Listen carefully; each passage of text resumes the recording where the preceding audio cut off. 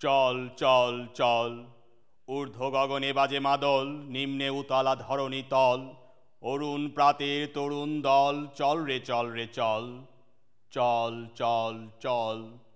উষার দুয়ারে হানি আঘাত, আমরা আনিব রাঙা প্রভাত, আমরা টুটাবো তিমির রাত, বাধার বিন্ধ্যাচল। ভাঙ রে ভাঙা গোল, চল রে চল রে চল, চল চল চল।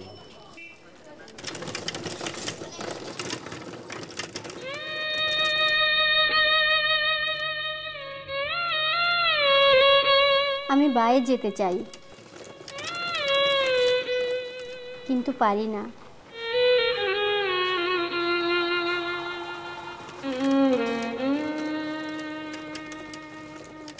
আমি ডানে যেতে চাই, সেটাও পারি না। আমি খাবার কিনতে দোকানে যেতে চাই, কিন্তু পারি না। আমাদের দেশে একজন হুইলচেয়ার ব্যবহারকারী ব্যক্তির চাওয়া পাওয়ার মাঝে অনেক ব্যবধান রয়েছে।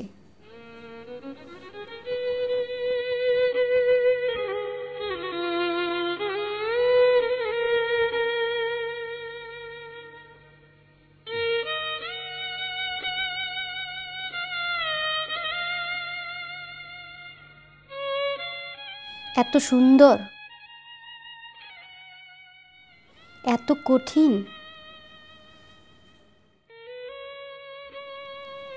এটা বরিশাল, আর এই হচ্ছেন রেজা। সবচেয়ে বড় ব্যাপার হচ্ছে আমি যে ফ্যামিলি থেকে উঠে আসছি, আমি দেখছি যে আসলে এই শ্রমটা হয়েছে মেইন ব্যাপার, যে শ্রম না দিলে কিছুই সম্ভব না। ঢাকা থেকে সে বাবা মায়ের সাথে দেখা করতে এসেছে। তার এ যাত্রা সহজ ছিল না, তার জন্য সর্বত্রই ছিল বাধা আর বাধা, কিন্তু রেজা বাধা অতিক্রম করতে অভ্যস্ত। আমি যখন ছোট ছিলাম তখন থেকে দেখতাম যে আমার বাবা তো শ্রম দিচ্ছে, সাথে সাথে যে অন্যের আম্মারা কীভাবে করছে কিন্তু আমার আম্মা সেটা না, তার বিপরীত সবসময় শ্রম দিত, এইভাবে আমাদেরকে বড় করছে। তো আমি এটা দেখতাম, যে তখন চিন্তা করতাম যে আমার এই শ্রমটা হয়তো একসময় করতে হবে না। সেই সময় নিজেকে লাগতো যে আমি বড় হলে হয়তো আম্মাকে সব কিছু করতে হবে না, আমি একটা কিছু করব। এই ধরনের মানসিকতা ছিল যে আমি যেভাবে হোক নিজেকে করবো, যাতে তাদের এই কষ্টগুলো কিছুটা হলেও মানে আর না করতে হয়, এটা আমি দেখব। রেজা কিন্তু হুইলচেয়ার ব্যবহারকারী ছিলেন না। কয়েক বছর আগে তিনি মিরপুর বাংলা কলেজে স্নাতক পড়ার জন্য ঢাকা এসেছিলেন। যখন আমি ইন্টার করলাম তখন মোটামুটি তার ধারণা চলে আসে যে আমি এখন কিছু করতে পারবো, আমি কারোর উপর ডিপেন্ডেন্ট হব না। এই জন্য আমি চিন্তা করলাম যে আমি পারবো, এই চিন্তা করেই আমি সামনের দিকে এইভাবে আগাতাম। তখন আমার প্ল্যান ছিল, যখন তারা গ্রামে চলে আসছে, যে এখন তো আর তাদের কাছ থেকে কিছু নেওয়া যাবে না। ওখানে 2003 সালে আমি ওর সাথে কথা বলি এবং ও আমাকে অফার দেয় যে ঠিক আছে, তুই পার্ট টাইম জব করতে পারিস, যে আমি কিছু করতে পারছি, যাক কিছু তো আনতে হয় না, ঈদ কোরবানি আসলে বরং চলো 2-1টা কাপড় অথবা কিছু আবার আম্মাকে দিতেও পারছি। আমার কোনো এই ধরনের পিছু টান নাই যে আর কোনো সমস্যা হচ্ছে না, আমি ভালোই চলছি। এমন একদিন হঠাৎ দেখা গেল 2006 ডিসেম্বর, 22 ডিসেম্বর শুক্রবার ছিল সেদিনকে। আমি যখন এরকম ক্যাশে বসা ছিলাম, 3টা ছেলে আসে, তো আমাকে বলতেছে যে কী আছে ক্যাশে বাইর কর। তো আমি ওদের দিকে তাকালাম, যখনই তাকালাম ওর সাথে সাথে পিস্তল বাইর করে। তো আমি বললাম, তখন আমার মাথা জানি কেমন কাজ করলো যে আমি এই ধরনের সিচুয়েশনে কখনো পড়ি নাই। তো এটা আবার কি, নিজের কাছে খুব খারাপ লাগতেছিল, আর টাকাটা ছিল অন্যের। এভাবে চেয়ারে ছিলাম, জাস্ট উঠে একটু দাঁড়াইছিলাম। যখন দাঁড়ালাম তখন ও বলতেছে পাশের একটা যে গুলি কর। রেজাকে তার সাহসিকতার জন্য চরম মূল্য দিতে হয়েছে, আর এই হামলা তাকে একটি হুইল চেয়ারে বসিয়ে দিয়েছে। যে তখন চিন্তা করলাম যে এখন তো কোনো আশাই পূর্ণ হলো না, এখন কি করা যায়। যখন এই সমস্যার ভিতরে পড়লাম তখন চিন্তা করতাম যে আমি কি করবো, এই নিয়ে নিজেকে খুব ভাবতাম। এই ধরনের পরিস্থিতিতে বেশিরভাগ মানুষই হয়তো হাল ছেড়ে দেবেন, কিন্তু রেজা হাল ছাড়েননি। তিনি এখনও তার পরিবারকে সাহায্য করার ব্যাপারে দৃঢ় প্রতিজ্ঞ, আর এবছর তিনি একটি কম্পিউটার কোর্সে ভর্তি হয়েছেন। তারপরও সে যখন চেষ্টা চালিয়ে যাবে একের পর এক, সে হয়তো এমনভাবে কিছু মিলবে যে এটা আমার পক্ষে সম্ভব, কিন্তু সে যখন নিজেকে দেখবে যে এখানে আমি যেতে পারবো না, কিছু করতে পারবো না, তখন সেটা তার পক্ষে সম্ভব হবে না। আর যে বই পড়তে আগে থেকেই ভালো লাগতো। তো বই পড়তে ভালো লাগে এই কারণে যে আমি যে অবস্থায় আছি, যে বইগুলো অবশ্যই কোনো ভালো ব্যক্তি, যেমন মহৎ ব্যক্তি যাদের কথা আমি আগেও বলেছি, ওই ধরনের যে ওরা কিভাবে সম্ভব, যে ওরাও তো আমাদের চেয়েও আরও অবস্থা খারাপ ছিল বা আমাদের মতো ছিল অথবা ইয়ে ছিল, যে ওরা কেন পারছে আমি কেন পারবো না। তখন নিজেকে মনে হতো যে আমি যদি এইভাবে ওদের মানে দিক নির্দেশন করি তাহলে আমি হয়তো ওদের মতো আগাতে পারবো।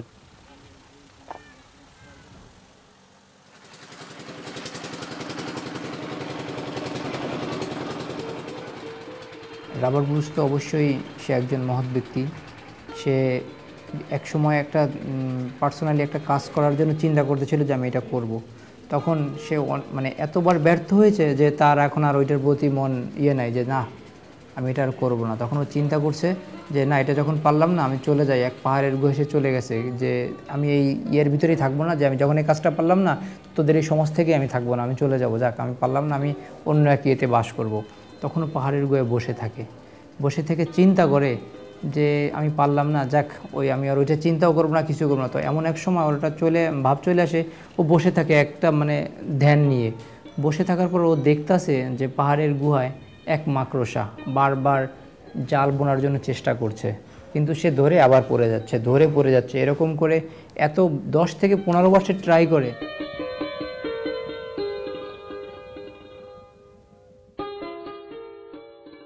কিন্তু একসময় দেখা যায় যে ঠিকই সেটা করতে পারছে। এটা ও দেখে তখন চিন্তা করছে যে এইটা যখন সম্ভব হচ্ছে, আমি তো মাত্র 3, 4, 5 বার ট্রাই করছি, তাহলে আমি অবশ্যই এটা পারবো।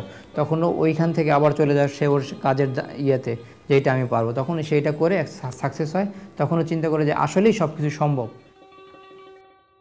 তোর মানে গল্পটা ছিল জাস্ট এইরকম যে না বলে কোনো কথা নেই, পারতে আমাকে হবেই।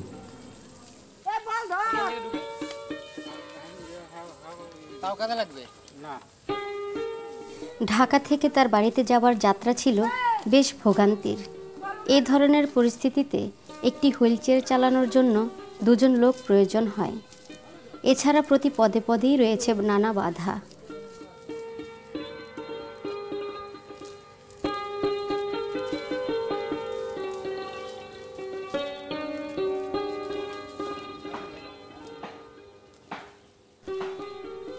ঢাকা থেকে বাড়িতে পৌঁছানোর পর রেজার মাই তাকে সহযোগিতা করেছে।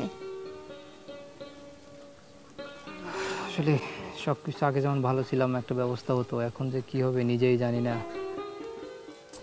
কিন্তু নিজেকে নিয়ে যখন ভাবি তখনই তো মনে হয় আসলে জীবনটা কি ছিলাম, কি হলাম, বাকি জীবন কিভাবে চলবে। এই সেই দিনগুলো যে কবে আসবে, কবে কি করব। এমনিতে তো নিজে একটা বোঝা, আবার যদি এই বয়সে বাপ মায়ের উপর বোঝা থাকতে হয়, এর চেয়ে দুর্ভাগ্য আর কিছু নাই। অনেকদিন পর তো আসলাম, তো দেখলাম এই অবস্থা, এখন আমার কি করার আছে, আপনি কি বলেন? এই অবস্থাতে পড়ে থাকলাম না। আমাদের বিশেষ করে যে এরিয়া, নিচে ভালো সুস্থ মানুষ চলাই কষ্টকর দেয়, তারপর ওটা হুইল চেয়ার, তা তো দেখলেই বোঝা যায় আসলে কি হবে। এখন কি ভাগ্যে নিয়ে আসছি, কি হবে উপরওয়ালাই ভালো জানে। তো আল্লাহর কাছে বলা, সবার দয়া যদি হয় আমার উপরে, যদি একটা জব অন্তত করে পরিবারকে বা নিজেকে যদি একটু স্বাবলম্বী করতে পারি, এর চেয়ে বড় পাওয়া উপরওয়ালার কাছে আর কিছু নেই। তারপর আমি যে পজিশনে আছি, আমি যদি চিন্তা করি যেটা চাকরি করব, যদি কোনো পেপারে নিয়োগ দেখি, যদি যাই, তাহলে দেখি সেখানে যদি আমার সব যোগ্যতা থাকে, তারপর আমি সেখানে আনফিট, বিকজ সেখানকার যোগাযোগ ব্যবস্থা আমার জন্য ঠিক নেই। আমি একদিন হুইল চেয়ারে বসে সেখানে যাওয়ার পক্ষে খুব কষ্টকর। কঠোর পরিশ্রমী আর বুদ্ধিমান এ তরুণ কাজ করে তার পরিবারকে সহযোগিতা করার সুযোগ চান। এজন্য তাকে শহরেই থাকতে হবে। কিন্তু সর্বত্রই তিনি কেবল বাধাই দেখতে পান। এ ধরনের বাধার কথা হয়তো বেশিরভাগ মানুষ চিন্তাও করেন না।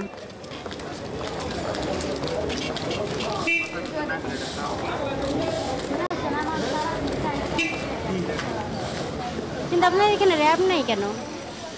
র্যাম তৈরি করেন নাই কেন? র্যাম্প মানে এই যে হুইলচেয়ার, র্যাম্প কি জানেন না?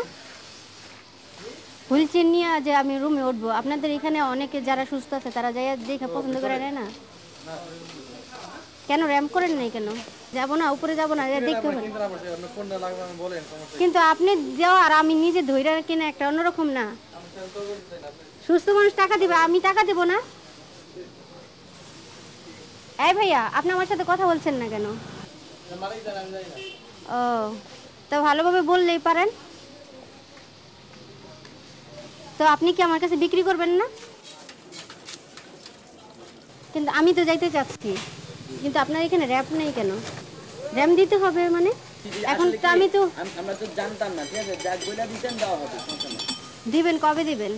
দেখি আজকে কথা বললে হয়তো কালকে বা পরশু দিন হয়ে যাবে। অবশ্যই দিবেন তো। জি জি জি। আমি নেক্সট আইসা তো নিজে হুইলচেয়ার নিয়ে যাইতে পারবো আপনার দোকানে? হ্যাঁ তারপর সত্যি সত্যি। কথা দিলেন? কতদিনের মধ্যে করবেন সেটা বলেন। হ্যাঁ। আমি আপনার এসে ঢুকতে পারবো, দোকানে ঢুকতে পারবো? তাই? আপনি হাসছেন কেন? আমাকে দিকে হাসতেছেন? না না না, আসলে তাহলে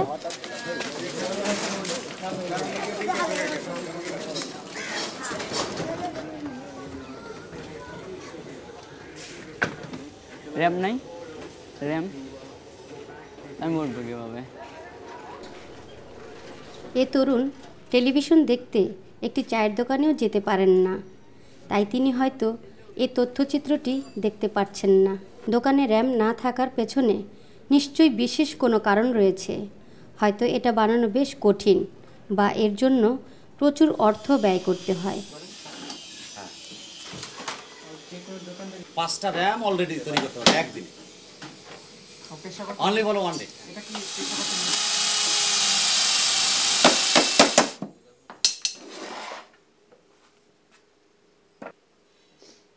দিনে 5টা বানানো সম্ভব। এটা বেশ সহজ এবং দ্রুত বানানো সম্ভব।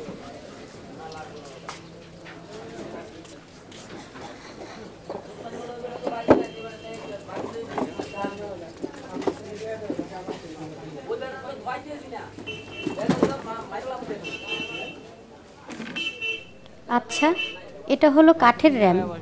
সিমেন্টের র্যাম বানানো হয়তো আরও কঠিন।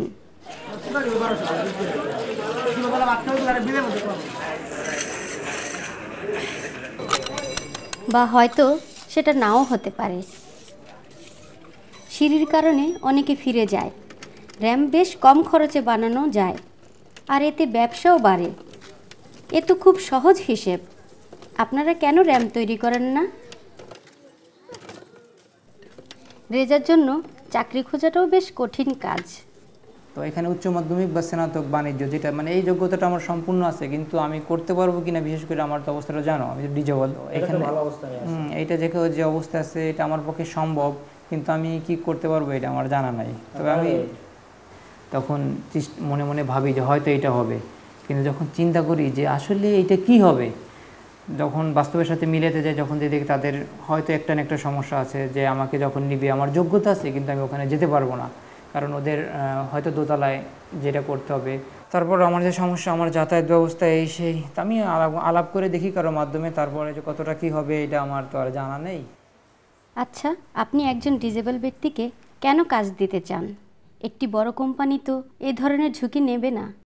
Well, Interfab Shards manufacturing limited, এটা একটা অঙ্গ প্রতিষ্ঠান ভিয়ালাটেক্স গ্রুপের। ভিয়ালাটেক্স গ্রুপ বাংলাদেশ রেডিমেড গার্মেন্টস ইন্ডাস্ট্রিতে একটি প্রতিষ্ঠিত নাম। গাজীপুরের এই ফ্যাক্টরিটি বেশ আধুনিক, পরিষ্কার পরিচ্ছন্ন এবং নিরাপদ। কাজের পরিবেশও ভালো। আমরা চাই যে সবাই মিলে ক্ষুদ্র ক্ষুদ্র প্রচেষ্টার মাধ্যমে আমরা এটা বড় অবদান রাখি সামাজিক উন্নয়নে। আমি আমার কোম্পানিতে যদি 13 জন শারীরিক প্রতিবন্ধী মেয়েকে আমি যদি চাকরি দিতে পারি, এবং সেখানে 13টি পরিবার যদি সচ্ছলভাবে চলতে পারে, এরকম বাংলাদেশে আমাদের মতো আমাদের চেয়ে আরও বড় পরিধির গার্মেন্টস ইন্ডাস্ট্রি এই বাংলাদেশে আছে। তারাও যদি কিছু কিছু সবাই এভাবে এগিয়ে আসে, তাহলে দেখা যাবে বাংলাদেশে যত শারীরিক প্রতিবন্ধী আছে তাদের ভিতরে অনেক অংশ, একটা বিরাট অংশ কাজে প্রবেশ করতে পারবে, তারা জীবিকা নির্বাহ করতে পারবে, এবং তাদের অতগুলো সংসার এটা ভালো জীবনে প্রবেশ করতে পারবে। মুন্নি ভিয়ালাটেক্স গ্রুপের একটি ফ্যাক্টরিতে কাজ করে। ইতিবাচক মনোভাব এবং বন্ধুত্ব পরায়ণ বলে তার বিশেষ খ্যাতি রয়েছে। আমি এইখানে চান্স পেয়ে খুবই গর্ববোধ করছি। পরে অফিসে 7:30টার দিকে, অফিস টাইম 8টায়, এখান থেকে লং পথ, তো সে কারণে আমি 7:30টায় রওনা দিই। অফিসে 10 মিনিট আগে থেকে আমি পৌঁছে যাই, যার পরে ওই যে টেবিল ফাইল টাইল গুছায়ে পরে কাজ শুরু করি। আমাকে যাতে কেউ অবহেলা না করতে পারে, ছোটোবেলা থেকে আমার এই মাথায় এই জিনিসটা কাজ করতো যে আমি কিছু একটা কোনো একদিন করবই। আমি যেন এমন একটা কিছু করতে পারি যে আমি ফ্যামিলিকে সাহায্য করতে পারি। সাধারণ মানুষ অবশ্যই একজন ডিজেবলকে বোঝা মনে করে, বিশেষ করে ফ্যামিলির লোকজন বোঝা মনে করে যে এই ব্যক্তিটাকে সারা জীবন খাওয়াইতে হবে, পড়াইতে হবে, এর কাছ থেকে আমরা কোনো কিছুই আশা করতে পারি না। ফ্যামিলির একটাই ধারণা, তো ওদের ভুল ধারণা যদি পাল্টে দিতে পারি আমরা, তাহলে সবার চোখ খুলে যাবে, সে অন্ধর চোখটা, যে ওরাও কিছু করতে পারে।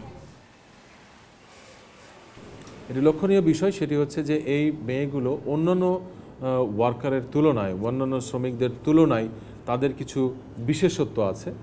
যেমন প্রথমত এদের অ্যাবসেন্টিজম বা কাজে অনুপস্থিত থাকা, এটার প্রবণতা খুবই কম। অন্যদের তুলনায় এদের অ্যাবসেন্টিজমের হার বা রেট মাচ লোয়ার, অনেক বেশি কম। অ্যাট দি সেম টাইম এদের কাজের যে এফিসিয়েন্সি, যে কাজের যে দক্ষতা, সেই দক্ষতা পক্ষান্তরে অন্যান্য শ্রমিকদের চাইতে হায়ার। আমি বোঝাতে চাচ্ছি যে অন্যান্য সাধারণ শ্রমিকদের চাইতে এই প্রতিবন্ধী শ্রমিকরা তাদের কাজে আরও বেশি মনোযোগী এবং কাজ আরও নিখুঁতভাবে করতে পারে, কাজ আরও ভালোভাবে করতে পারে এবং এদের কাজের মানও ভালো অন্যদের তুলনায়। অতএব ডিজেবল কর্মীরা বেশ পরিশ্রমী এবং কাজের প্রতি দৃঢ় প্রতিজ্ঞ। আপনি যদি একটি কোম্পানির মালিক হন এবং আপনার প্রতিষ্ঠানে যদি র্যাম্প না থাকে, তাহলে আপনি এমন মনোযোগী কর্মী হারাবেন।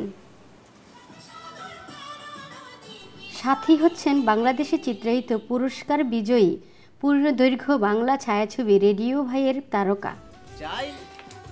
আপনি যাইবেন না, আপনি হুইল চেয়ারে, আপনি বসিরের সাথে পারবেন না। পপি, দুইটা শব্দ কখনো বলবা না। এক, পারবো না, দুই, হুইল চেয়ার। আমার ভুল হয়ে গেছে, আপনি আমারে মাফ কইরা দেন, আপনি যাইবেন না। তুমি আমার এইখানে আছো, আমার কিচ্ছু হবে না, আমাকে যেতে দাও। তো এই ক্ষেত্রে আমি যেটা বলি যে আমি হাঁটতে পারি না, এর মানে আমি ডিজেবল, এটা আমার কাছে ভালো লাগে না শুনতে। তো যখন এরকম হয়ে গেলাম, আমি খুব বেশি কি বলবো, খুব বেশি নিজেকে খুব ছোট ভাবতাম।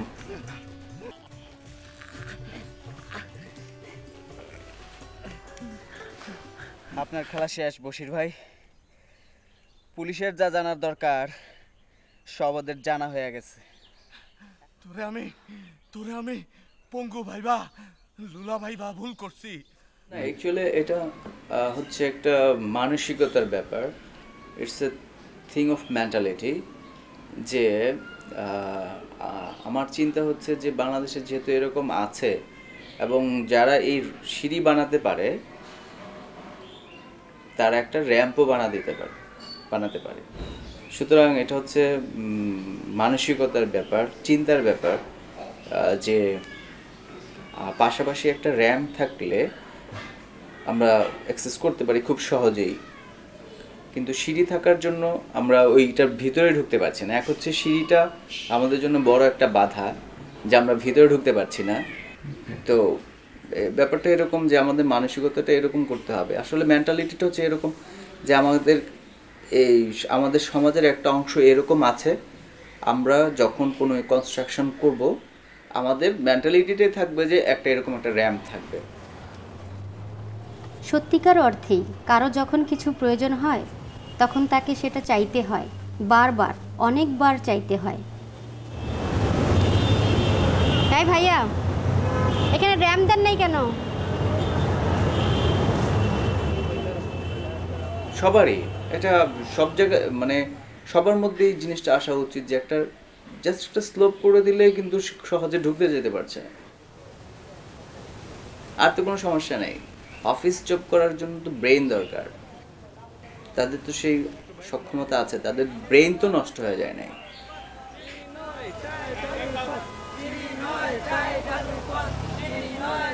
বা তার এখানে যে বিষয়টা আমি বোঝাতে চেয়েছি, আসলে এটা হচ্ছে তাদের অধিকার। আইনে বলা হয়েছে কোনো প্রতিষ্ঠানে 10 ভাগ কাজের সুযোগ প্রতিবন্ধীদের জন্য সংরক্ষিত থাকা উচিত। তবে সেই প্রতিষ্ঠানে যদি র্যামের ব্যবস্থা না থাকে, হুইল চেয়ার ব্যবহারকারী কেউই সেখানে কাজ করতে পারবেন না, এমনকি তারা প্রধান দরজা দিয়ে ভেতরেও ঢুকতে পারবেন না। সেটাই তো আপনারা এই সমস্যার সম্মুখীন আপনারা হচ্ছেন, তাই না? আপনাদের দায়িত্ব কিন্তু প্রধান, আপনারা এই সমস্যার সম্মুখীন হচ্ছেন, আপনারা জানতেছেন সবসময় যে এটা আসলে একটু কোনো চ্যারিটি না যে আমাকে দান করলো, আসলে এটা আমার অধিকার, এটা আমাকে দিতে হবে, তাই না? আপনারা যদি এই সুযোগটা করে দিতেন আমারে, তাহলে কিন্তু আমি নিজে নিজে এটা আসতে পারতাম। এখন আপনারা 4-5 জনে ধইরা আমার উপর উঠাইছেন, এটা কিন্তু কখনো হতো না। আপনার কি মনে হয় এখানে একটা র্যাম্প থাকা প্রয়োজন না? সিঁড়ি দিছেন অবশ্যই প্রয়োজন না? যখন ব্যর্থ হবে, তখন যদিও ব্যর্থ হয়, সে কিন্তু কিছু ধারণা নিয়ে ব্যর্থ হবে। তখন সে যদি ওইটাকে আবার রিপিট করে, না আমি এটা পারবো, তারপর আমার বিশ্বাস একসময় সম্ভব যেটা হবে। আমরা না চাইলে কোনো কিছু পাবো না, তাই আমরা এখন আমাদের দাবি জানাচ্ছি, আপনারা দয়া করে আমাদের জন্য র্যাম্প তৈরি করুন। এতে আমাদের ভালো হবে, আপনাদেরও ভালো হবে। এখানে ধরেন ভাইয়া, এখানে একটা হাত দেন। না হয় এখানে আর এখানে। সিঁড়ি নয়, চাই ঢালু পথ। সিঁড়ি নয়, চাই ঢালু পথ। বলেন আমার সাথে, সিঁড়ি নয়, চাই ঢালু পথ। সেটা তো বিশ্বাস করি, সাথে সাথে আমি নিজেই বিশ্বাস করি যে হ্যাঁ, একবার না পারলে চেষ্টা করতে করতে এটা কিছুটা হলেও সম্ভব, যদি সম্পূর্ণটা নাও পাই। চাই ঢালু পথ, সিঁড়ি নয়, চাই ঢালু পথ।